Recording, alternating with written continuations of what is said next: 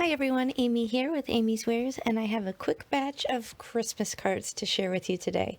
So I'm going to jump right in the products that I'm going to use. I have this brand spanking new Starry Patterns 3D embossing folder from Altenew. I have this Merry Christmas die from Paper Rose Studio, and I have some card bases ready to go that are A2 size, and I have some inexpensive colored cardstock that has the white core. So it's 110 pounds, sort of, or so it says, and I have some holographic cardstock. Now here are some photos of the finished cards. I can't tell you how easy and quickly these came together. So if you need ideas to make some Christmas cards quickly, but not to miss out on any wow factor, then maybe give this a try. So I have these panels cut down slightly smaller than A2 size, so they're about, I don't know, a 1/4 inch off each side, or off the top and the bottom, and I spritzed it with a little bit of water, and I'm just going to load it right up in this embossing folder. Now I'm anticipating that it's going to crack, and that's okay because it's going to kind of lend itself right into my design. So if you see, first of all, it kind of accents the design and makes it white, which is ultimately what I want. So I did that 4 times and I set those aside, and now I'm going to get out this Merry Christmas die. And what I love about this is the tittle is attached, folks. The tittle is attached. So the reason I like this is because I don't like chasing tittles around my craft room, and I like that it cuts out in one solid piece.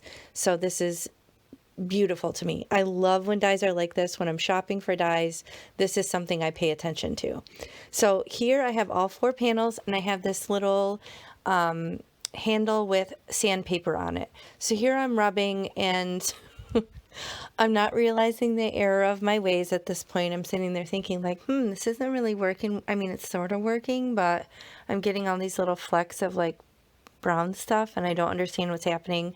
And then I realized that this is my second one of these. This is a new one, and I haven't used it yet. And I realize in a moment here, I mean, it makes a little bit of a difference, but you'll see in a moment, when I keep rubbing and getting more brown paper, pilled up all over the place. Then I realize, oh, I didn't take off the little sheet. So now it's the actual sandpaper, and you can see immediately it's working a lot better. So if you have one of these, make sure you take the little top sheet off because it's not sandpaper and it's not going to do the job. So don't be dumb like me.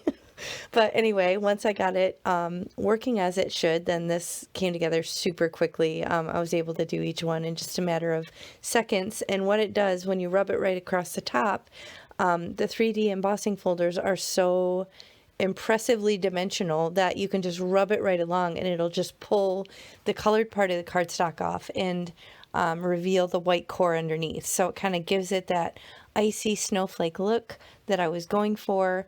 You could also do this if you don't have colored cardstock with white core. You could ink blend on white cardstock and get the same effect, or you could use white pigment ink and like a blending foam and go right over the top. So there's several different ways you could kind of get this look, but either way, really easy, and the wow factor of these embossing folders are no joke.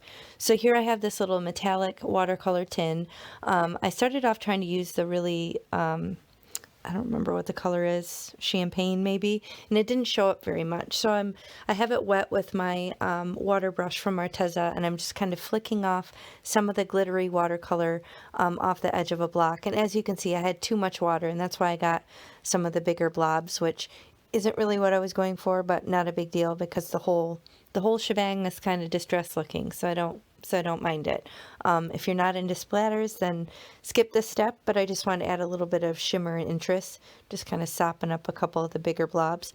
But you don't even notice them on the finished cards, so I'm not worried about it. But next step, I do want to come in with some, after I'm done doing this some more, because evidently I didn't have enough splatter, I do want to come in with some white. It's kind of like a, I don't even remember if it's not a gouache, it's not a watercolor. I don't know what it is. It's this little jar that I got, and I finally put it right in front of my face, so I'll actually remember to use it. I think I don't remember what it's called. I'll link it below in the video description box, but basically it's like a really thick it might be a thick white watercolor, but you just kind of add a little bit of water to it, and then you do the same thing. And I just have a little brush, and I'm just kind of adding water from my glass mat here periodically to the kind of thicker paint that's on this block. And I have this really tiny brush, and it's putting little tiny splatters. So not big blobs on this one, it's just little tiny splatters, and that's partially because of the little tiny brush and partially because this paint is a lot thicker. So it looks like I'm making a big mess, but I promise it wipes up really easy. It's not a big deal. I'm working on a glass mat, so I just wipe it all up and go rinse off this block and my brush in the sink, and it gets all clean. So basically I wanted to create the look of snow splatter all over it. Again, an optional step. If you don't like this and want to just keep the embossing, then you can skip this step. But I really wanted to add some, you can see when I turn it to the light, it catches the little shimmery bits in the glitter. So you can see it cleans up really easy. I just have my, I'm at a loss for words right now. I don't know what's happening. My stamp chamois, that's what it is. I'm using my stamp chamois to clean up my work surface. And then here I have my Artist Tack adhesive sheets. These put down a million little adhesive dots on the back of your die cuts or anything you want to adhere, really. But I prefer this over the oozage of liquid glue. So you can absolutely use whatever you have. If you have liquid glue and you don't mind it and get all frustrated with it like I do, then you can use that. But basically I'm just using those to adhere those right onto these panels that are embossed. So liquid glue honestly probably would benefit you as well, just because there is some dimension, but these did fine sticking them down. Now what I'm showing you here, this is my little jar of alcohol, and I have a Q-tip. Now I learned this tip from somebody.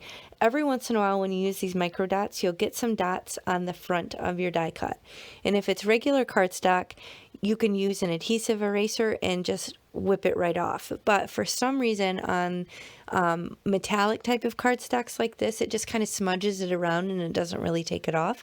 So somebody in their genius capacity told me about this tip, and I apologize, I don't remember who it was, but you can take a Q-tip and some rubbing alcohol and you can actually get the little adhesive dots off the front of your die cut. So pro tip there.